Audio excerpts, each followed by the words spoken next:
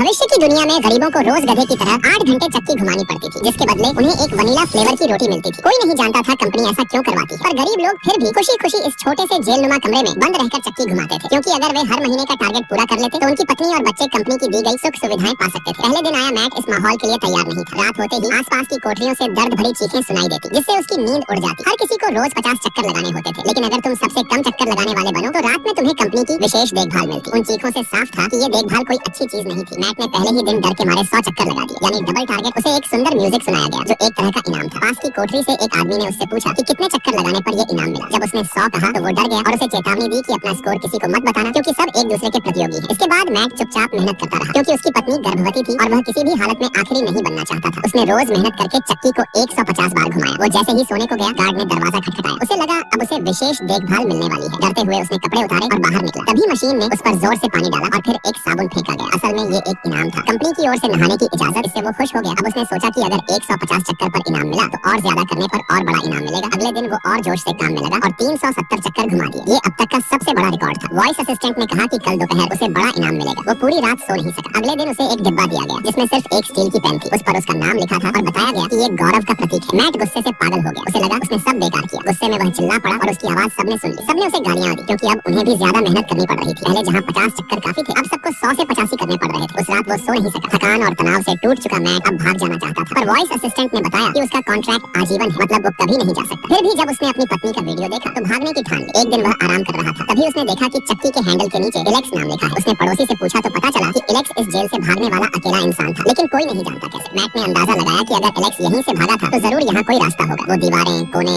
छत सब टटोलने लगा, कुछ नहीं मिला। हताश होकर जैसे ही वो चक्की पर बैठा, उसकी नजर दीवार पर गई। वहाँ एक गोल दरार थी और वो जगह कैमरे की नजरों से छुपी हुई थी। शायद इलेक्स वहीं से भागा था। उसने तुरंत अपनी वही इनाम में मिली पेन ली और दरार पर चोट करना शुरू कर दिया। आवाज से लग रहा था कि दीवार खोखली है। धीरे धीरे वह दीवार तोड़ता गया। दिन में वो टास्क पूरा करता और रात में दीवार खोदता। 15 दिन में उसने पूरी दीवार के पीछे सुरंग बना दी। वो दौड़कर उस सुरंग में घुस गया, अंधेरे में रास्ता तय किया। पर जैसे ही उसने मदद के लिए आवाज दी, एक गार्ड आया और उसे जोर से मुक्का मारा। जब मैट को होश आया तो सुरंग बंद की जा चुकी थी और उसकी पेन जब्त कर ली गई थी। वॉइस असिस्टेंट ने कहा कंपनी को उसकी हिम्मत पसंद आई है, इसलिए कोई सजा नहीं दी जाएगी। लेकिन उसके पड़ोसी को मार दिया गया क्योंकि उसने इलेक्स की बात बताई थी।